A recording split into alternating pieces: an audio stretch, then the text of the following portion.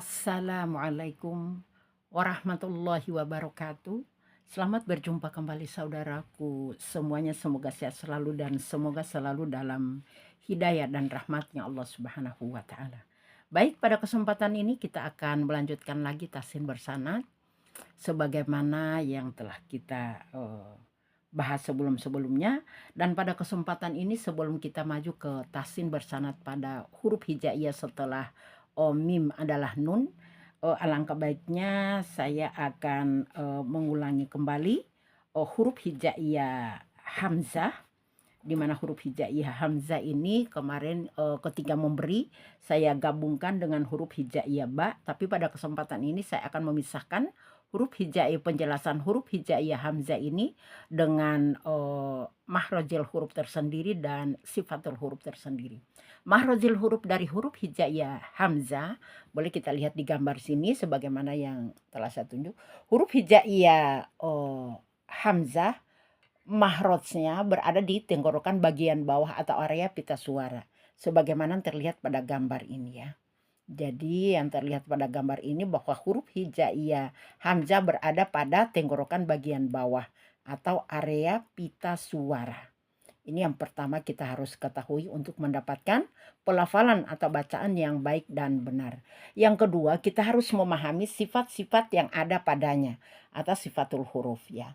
Sifat-sifat yang ada padanya ada 4, yaitu jahar, syiddah, istifal, dan infitah. Jadi mempunyai 4 sifat yang melekat pada huruf hijaiyah hamzah.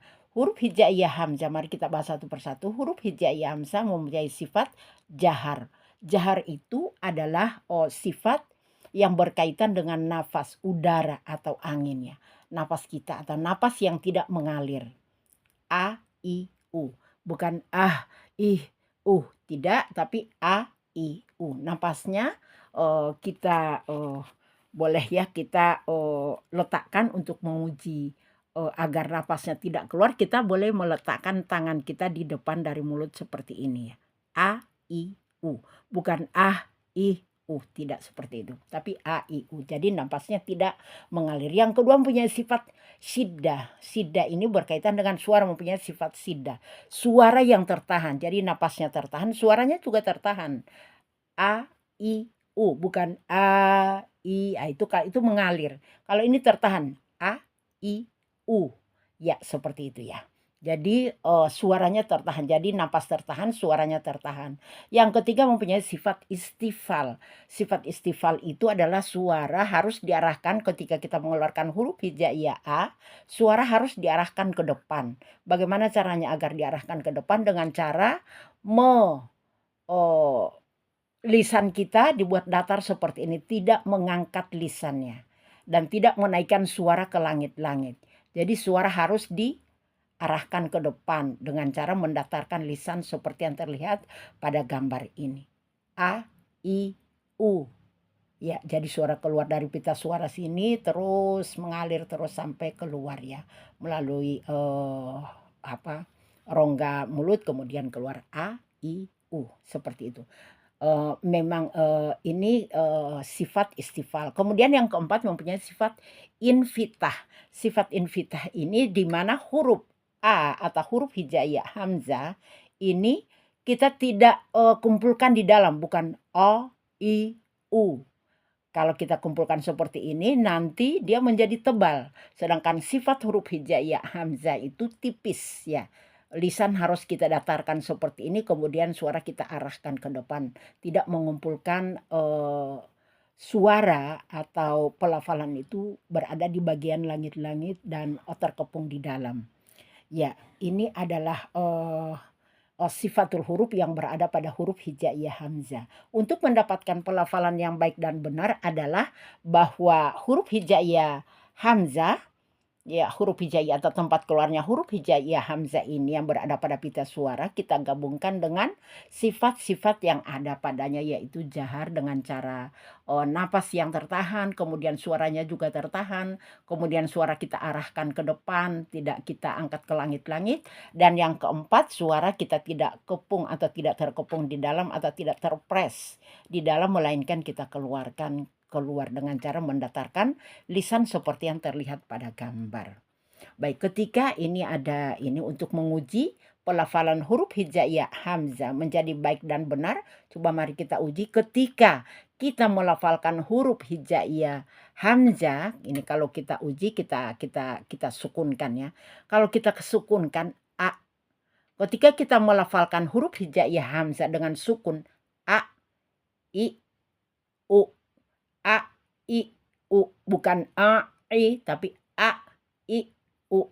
Nah, itu pita suara yang berada di bagian bawah ini, itu tertutup seperti yang terlihat pada gambar ini. Jadi pita suaranya tertutup.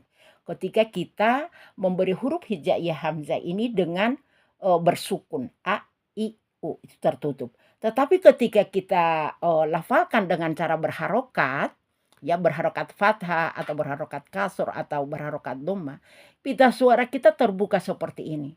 Jadi untuk ngetes suaranya agar betul-betul suara itu keluar dengan baik dan benar, maka kita mengujinya dengan mensukunkan a, i, u. Ya, dengan cara seperti itu, insya Allah pelafalan huruf hijaiyah hamzah ya menjadi baik dan benar. Inilah yang dapat disampaikan pada pembahasan atau penjelasan huruf hijaiyah hamzah. Dan kesalahan-kesalahan yang ada padanya sering kita mendengarnya kalau kita tidak tipiskan huruf hijaiyah ini, maka dia menjadi tebal. Jadi o, i, u, o, i, u. Ya, itu karena kita tidak mendatarkan lisan. Jadi lisan itu kalau terangkat, huruf itu akan otomatis akan menjadi tebal. Jadi a, i, u. Sehingga ketika kita membaca ta'awudz, u, u, u, ini tebal. U. Nah, yang benar a, u, a, u, a, u, a, u. Ya, jadi beda ya, seperti itu. Kemudian kesalahan yang kedua kita temukan biasanya ketika kita melafazkan huruf hijaiyah hamzah, huruf ini sering masuk ke rongga hidung. A, a, a. Jadi dia bukan merupakan huruf gunnah ya, tapi dia merupakan huruf tenggorokan. Jadi harus dikeluarkan tenggorokan, tidak dikeluarkan melalui khoisum. Ya. Inilah yang dapat disampaikan pada pembahasan huruf hijaiyah hamzah ketika kita melihat pada latihannya. Jadi kalau kita ini saya tidak akan sampaikan latihannya, misalnya kita lanjut pada latihan, ini menjadi a, ba, a, ba, a, ba,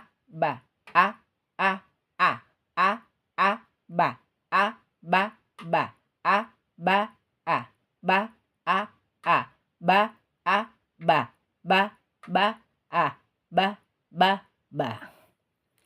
Itu latihannya dan pembahasan untuk huruf hijaiyah ba insya Allah kita jelaskan pada pembahasan berikutnya. Memang pada kesempatan ini memang saya cukup membahas huruf khususnya huruf hijaiyah hamzah, dan huruf hijaiyah ba akan dijelaskan pada pertemuan berikut. Demikian yang dapat disampaikan, semoga manfaat.